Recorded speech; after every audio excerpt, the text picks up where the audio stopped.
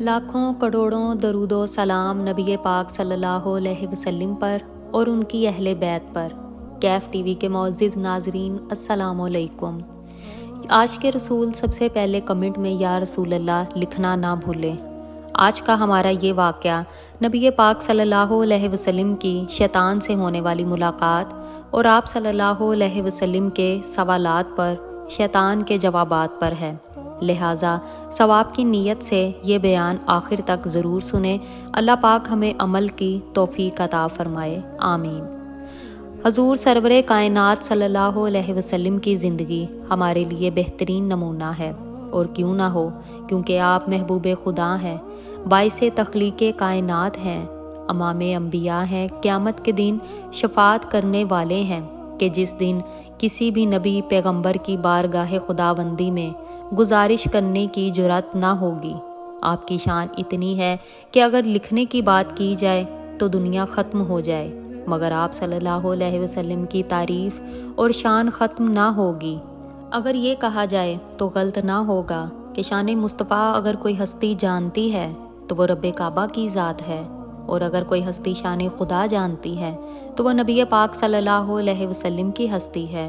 اور آج کا ہمارا یہ بیان سرور کائنات حضرت محمد مصطفیٰ صلی اللہ علیہ وسلم کی زندگی کا وہ واقعہ ہے جو ہمارے لیے مشعل راہ ہے، اور یہ واقعہ نبی پاک صلی اللہ علیہ وسلم کی شیطان سے ہونے والی ملاقات اور آپ کے سوالات پر شیطان کے جوابات پر ہے۔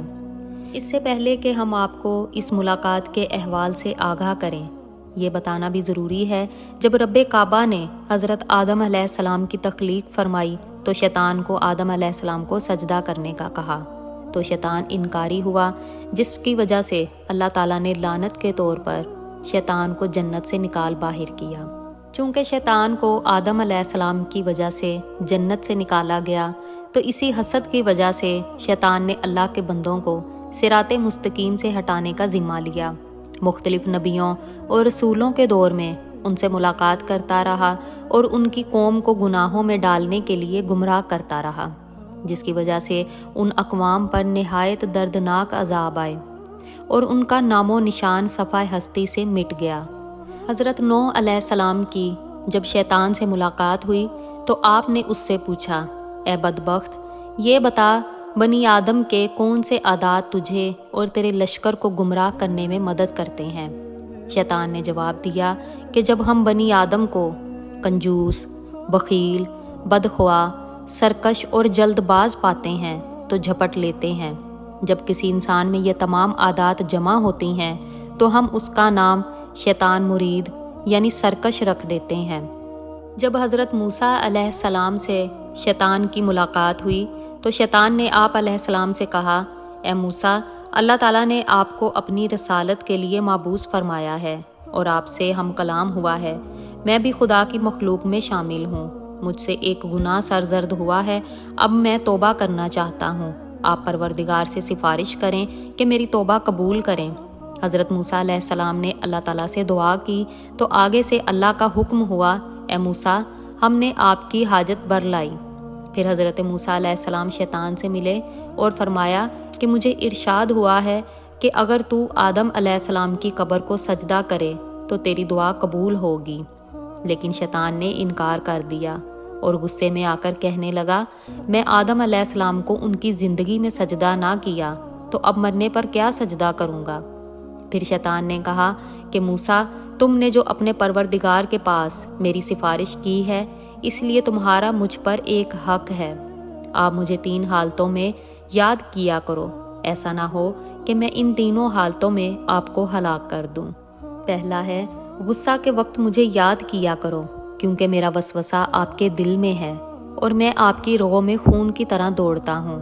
دوسرا، جہاد کی حالت میں میرا خیال کیا کرو، کیونکہ میں فرزند آدم کے پاس اس وقت جاتا ہوں جب وہ کفار سے مقابلہ کرتا ہے، اور اس کے بال بچے، بیوی اور گھر والے میں اس کو یاد کرواتا ہوں یہاں تک کہ وہ جہاد سے بھاگ کھڑا ہوتا ہے۔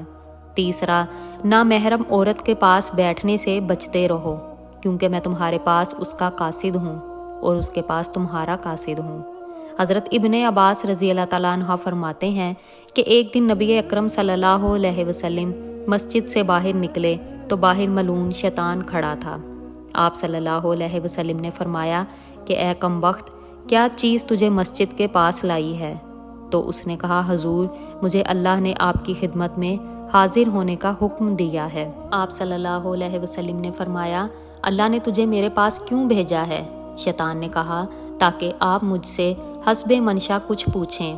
حضرت ابن عباس رضی اللہ تعالیٰ عنہ فرماتے ہیں کہ پہلے آپ صلی اللہ علیہ وسلم نے اس سے نماز کے متعلق پوچھا کہ اے ملعون، میری امت کو نماز با جماعت سے کیوں روکتے ہو؟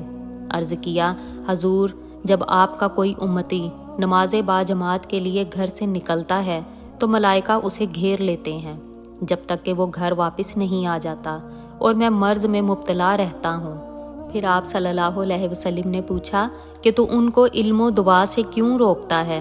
عرض کیا کہ ان کی دعا سے میں اندھا اور بہرا ہو جاتا ہوں، مجھے اس وقت شفا ہوتی ہے جب وہ فراغت پاتے ہیں۔ آپ صلی اللہ علیہ وسلم نے فرمایا کہ ان کو قرآن پڑھنے سے کیوں روکتے ہو؟ عرض کیا کہ تلاوت سے میں آگ میں پگھلتا رہتا ہوں۔ پھر آپ صلی اللہ علیہ وسلم نے فرمایا کہ ان کو جہاد کے لیے کیوں روکتے ہو جبکہ وہ جہاد کے لیے نکلتے ہیں؟ عرض کیا کہ جب وہ جہاد کے لیے نکلتے ہیں تو میرے قدموں میں زنجیر ڈالی جاتی ہے یہاں تک کہ وہ واپس نہ لوٹیں۔ اسی طرح وہ حج کے لیے جب جاتے ہیں تو میرے گلے میں توق اور پاؤں میں زنجیر ڈال دی جاتی ہے۔ اسی طرح جب وہ صدقہ کرتے ہیں تو میرے سر پر کلہاڑے چلتے ہیں۔ وہ جب مجھے ایسے کاٹتے ہیں جیسے لکڑیاں کاٹتے ہیں۔ اللہ تعالیٰ سے ہم دعا کرتے ہیں کہ نبی پاک صلی اللہ علیہ وسلم کے وسیلے سے ہمیں دین اسلام پر چلنے کی توفیق عطا فرمائے، شیطان کے شر سے بچنے کی توفیق عطا فرمائے، ہمارا خاتمہ ایمان پر کرے اور ہم سب کو جنت الفردوس میں جگہ عطا فرمائے۔ آمین، اللہم آمین۔ آج کی ویڈیو دی گئی معلومات کتاب شیطان کی تاریخ سے لی گئی ہے۔ ویڈیو اگر پسند آئے تو شیئر ضرور کیجیے گا۔ اللہ حافظ۔